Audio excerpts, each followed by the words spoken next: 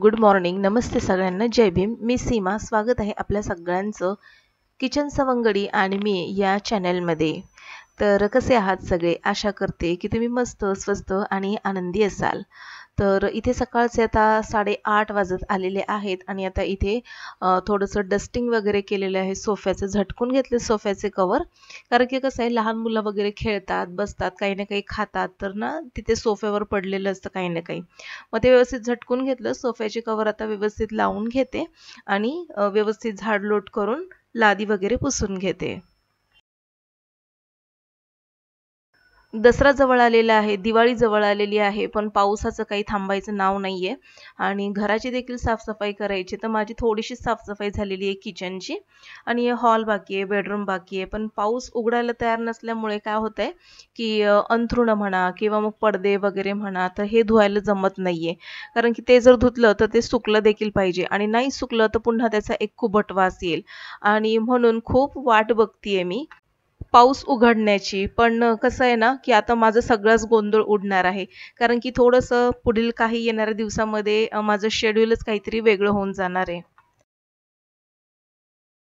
क्लासच्या मुलांची सेमिस्टर जवळ आलेली आहे आणि आता नवरात्र संपली की लगेचच मुलांची सेमिस्टर सुरू होते आणि सेमिस्टर संपली की लगेचच मग दिवाळीच्या सुट्ट्या लागतात. त्याच्यामुळे माझा सध्याचा वेळ ना, मुलांचं पोर्शन तर कंप्लीट झालंय, पण त्यांची तयारी करून घेण्याकडे माझा भर आहे. आणि सुट्ट्या असं मध्ये आता त्यांना देऊच शकत नाही मी, कारण की कसं आहे, की मुलांच्या तयारीसाठी माझ्याकडे आता एक एक दिवस महत्त्वाचा आहे. त्याच्यामुळे ना मुलांना देखील मी स्ट्रिक्टली सांगून ठेवलंय, की आता जास्त काही ॲब्सेंटी वगैरे ठेवायची नाही, दांड्या वगैरे मारायचे नाही. स्ट्रिक्टली क्लास अटेंड करायचा आणि छान अशी रिव्हिजन करायची. पावसामुळे सगळा गोंधळ सुरू आहे. तरी देखील मी थोडी-थोडी साफ-सफाई करायचा प्रयत्न करते. जसं की किचनच्या ट्रॉल्यांमधले भांडे साफ करणं किंवा मग कपाट साफ करणं, मुलांचे पुस्तकांचे जे कबर्ड्स आहेत ते व्यवस्थित करणं. तर हे सगळं चाललेलं आहे आणि मध्ये-मध्ये ना अशी छोटी-मोठी किरकोळ कामं निघत चाललेली आहेत. तर आता दळण संपलं होतं. दळण संपलं होतं म्हणण्यापेक्षा गहूच संपले होते आणि आता ते गहू मागवले, तर त्याचं दळण वगैरे द्यायचंय. तर हे जे सॉर्टेक्सचे जे गहू वगैरे असतात ना पॅकिंगचे, तर त्याच्यामध्ये खडे वगैरे असं काहीच नसतं. तरी देखील मी थोडंसं बघून घेणार आहे आणि हे गहू लगेचच मी दळायला देणार आहे. तर इथे दळण वगैरे झाल्यानंतर व्यवस्थित लादी वगैरे पुसून घेणार आहे. कारण की ना, आज मला जायचं आहे माझ्या भावाच्या घरी. तर म्हटलं की चला आज तिकडे जाणार आहे, तर थोडीशी घरातली पहिली तयारी करून मला जावं लागतं. कधीही बाहेर जायचं म्हटल्यानंतर. कारण की हे जे घरातले फॅमिली मेंबर्स आहेत ना, जसं की माझे मिस्टर, मुलं, तर ते ना शक्यतो म्हणजे तिकडे येणार नाहीयेत. कारण की त्यांचे एक्झाम्स आहेत मुलांचे आणि मिस्टरांचं देखील ऑफिसचं काम वगैरे आहे. त्याच्यामुळे मला एकटीलाच जायचंय. तर मग मी म्हटलं की चला आता हे तिघं जण आहेत, त्यांच्यासाठी काही ना काही आपल्याला जेवण बनवलंच पाहिजे. तर स्वयंपाक करायचा आहे मला आणि आता भावाच्या मुलाला भेटायला चाललेली आहे, बाळाला, आणि म्हणून मग थोडासा खाऊ घेऊन जाणार आहे आणि बाळासाठी थोडीशी खरेदी केलेली आहे, तर ती काय केली ते देखील मी तुम्हाला दाखवते आणि मग त्याला भेटायला जाणार आहे. तर तिकडचं मी काही शूट करणार नाही, कारण की मला तितका काही जास्त वेळ भेटणार नाहीये. तर जितका मी वेळ मला मिळेल, तर तेवढा वेळ मी फक्त बाळासोबत आणि मस्तपैकी माझ्या माहेरच्या माणसांसोबत घालवणार आहे. आता घराची साफसफाई थोडी-थोडी का होईना जर आपण केली ना, तर घर असं साफसफाई करताना एकदम जास्त आपल्याला बर्डन येत नाही, जास्त ओझं वगैरे वाटत नाही आणि म्हणून घराची साफसफाई झटपट करण्यासाठी घरातल्या वस्तू सगळ्यात सुरुवातीला ना, जागेवर ठेवायची आपण सुरुवात केली पाहिजे. दुसरी गोष्ट बेकिंग सोडा, व्हिनेगर या घरगुती उपायांचा वापर आपण केला पाहिजे. प्रत्येक खोलीसाठी विशिष्ट दिवसांचं नियोजन केलं पाहिजे. साफसफाई करताना आधी वरच्या वस्तू जसं की धूळ, मग फरशी अशी स्वच्छ केली पाहिजे. कपड्यांच्या घड्या करणं, भांडी घासणं यासारखी कामं लॉन्ड्री आणि किचनमध्ये असतानाच पूर्ण केली पाहिजेत. तर या अशा काही सोप्या गोष्टी आहेत, या सोप्या सवयी आहेत, त्या जर आपण लावून घेतल्या ना, तर घर साफसफाई करायला जास्त काही वेळ लागत नाही आणि कुठलंही काम जर आपण नियोजनबद्ध जर केलं ना, तर ते वेळेत पूर्ण होतं आणि आपल्याला थकवा देखील येत नाही. तर आता इथे काही मी टिप्स सांगणार आहे. म्हणजे जसं सणवार येणार आहेत, आता दसरा आलेला आहे, त्याच्यानंतर लगेचच नवरात्र झाली की दसरा, दसरा झाली की लगेचच दिवाळी. असं म्हणजे ना लागोपाठ सण आलेले आहेत आणि त्या सणांमध्ये ना आपल्या भारतीय संस्कृतीनुसार आपलं घर सगळं नीटनेटकं, स्वच्छ असं असलं पाहिजे आणि म्हणून या सणवार सुरू होण्याच्या आधी साफ वगैरे केली जाते आणि घरामध्ये सकारात्मक ऊर्जेचं वातावरण तयार केलं जातं. तर इथे ना मी साफ-सफाईची योजना कशी बनवायची तर हे याबद्दल तुम्हाला थोडंसं काही सांगणार आहे. तर व्हिडिओ जर आवडला तर नक्कीच लाईक करा आणि हो सबस्क्राईब करून बेल आयकॉन प्रेस करा. शेअर देखील करा. घराची साफ-सफाई करणं हे खूप मोठा एक टास्क आहे आणि तो साधारणपणे 1 ते 2 तासात किंवा 4 ते 5 तासात होत नाही. डिपेंड तुमचं घर किती मोठं आहे. त्याच्यामुळे ना घराचं साफ-सफाई जर करायचं असेल ना, तर सगळ्यात पहिल्यांदा कामाचं नियोजन केलं पाहिजे. प्रत्येक खोलीसाठी विशिष्ट दिवस आपण निश्चित केला पाहिजे. जसं की आज मंगळवार आहे, तर आज हॉल साफ करते. त्याच्यानंतर बुधवार असेल, तर स्वयंपाकघर साफ करायचा. त्याच्यानंतर गुरुवारी बेडरूम साफ करायचं. असं स्वच्छता जर आपण विभागून जर केली ना, तर आपलं काम करायला सोपं जातं. दुसरी महत्त्वाची गोष्ट घरामध्ये आपण कितीही पसारा आवरला तरी तो पसारा दिसतच राहतो. या पाठीमागचं सगळ्यात महत्त्वाचं कारण म्हणजे वस्तू आपण जागच्या जागी ठेवत नाही किंवा ती सवय आपल्याला नसते किंवा आपल्या घरातल्या लहान मुलांना नसते आणि म्हणून ही एक सवय आपण लावून घेतली पाहिजे. घरातल्या सर्व वस्तू, कपडे, खेळणी किंवा इतर सामान एकाच वेळी उचलून त्यांच्या जागेवर ठेवण्याचा प्रयत्न आपण केला पाहिजे. त्यामुळे काय होतं साफ वेळ वाचतो आणि आपलं काम सोपं होतं. बरं ही सवय आपण रोजच्या रोज लावून घेतली पाहिजे. ज्यावेळेस आपण झाडलोट करतो ना, त्याच वेळेस प्रत्येक सामान जिथल्या तिथे जर ठेवलं, तर झाडलोटीसोबतच सामान देखील जागच्या जागेवर लावलं जातं आणि घर देखील नीटनेटकं दिसतं आपलं. पुढची महत्त्वाची गोष्ट प्रत्येक वेळी एक काम करायचं. म्हणजे एकाच वेळी खूप सारं काम न करता एका वेळी एकच काम करायचं आणि ते परफेक्ट करण्याचा प्रयत्न करायचं. एकाच दिवशी जर तुम्ही हॉल, किचन, बेडरूमचं सगळंच जर काढलं ना, तर त्यामुळे काय होतं पूर्ण सामान पसारा एकसाथ आपल्याला तो दिसायला लागतो आणि पहिल्यांदाच आपला पूर्ण कामाचा मूड निघून जातो. कारण की इतका पसारा आवरायचा कसा आणि ते आवरता आपल्याला थकायला देखील होतं.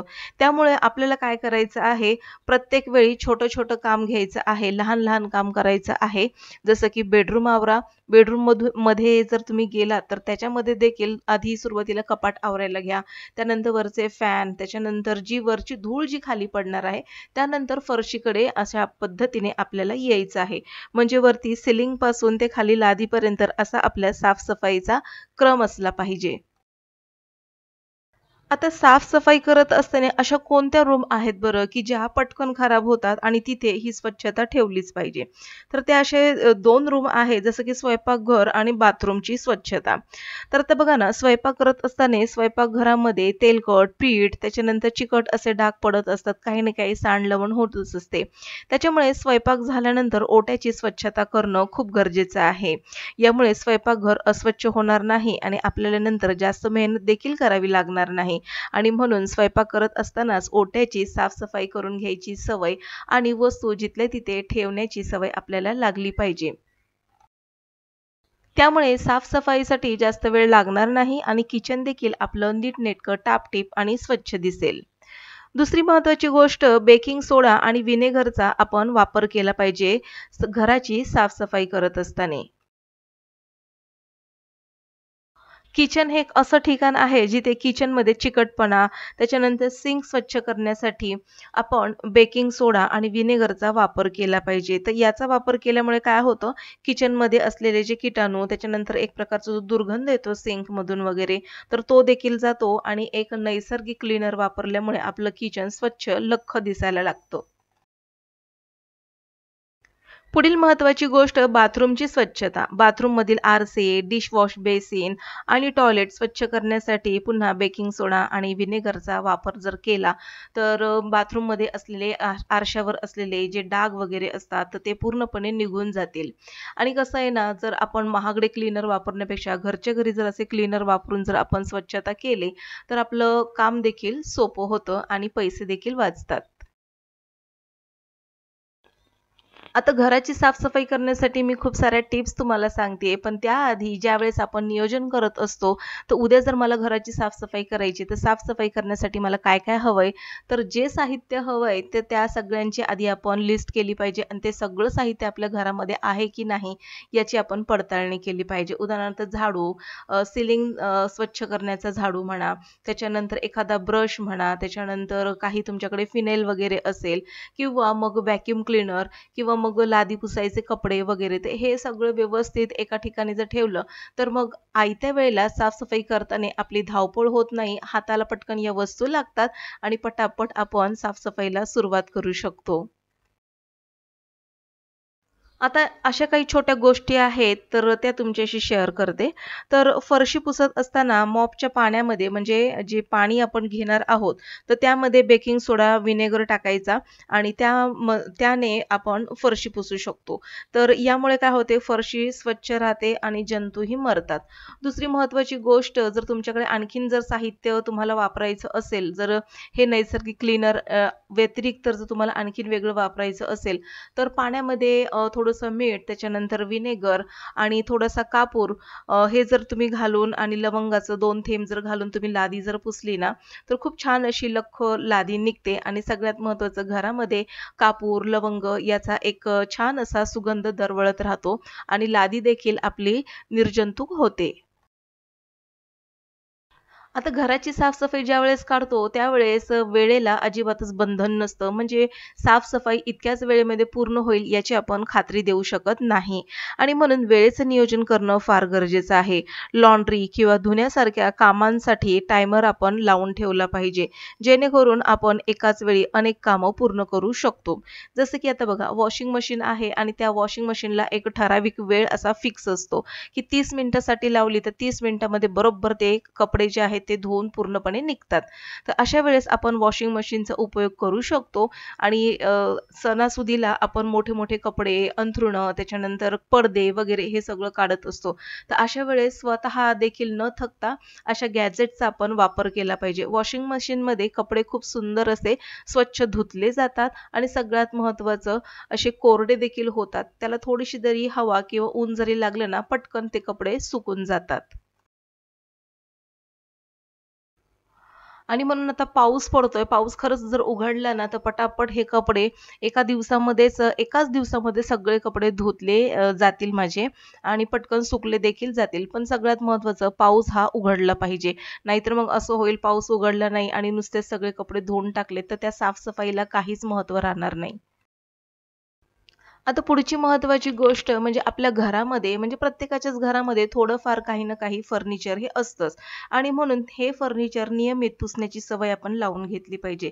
जसं की पलंग, सोफा, टीव्ही, फ्रीज, फर्निचर, खिडक्या आठवड्यातून एकदा तरी आपण पुसून घेतल्या पाहिजेत.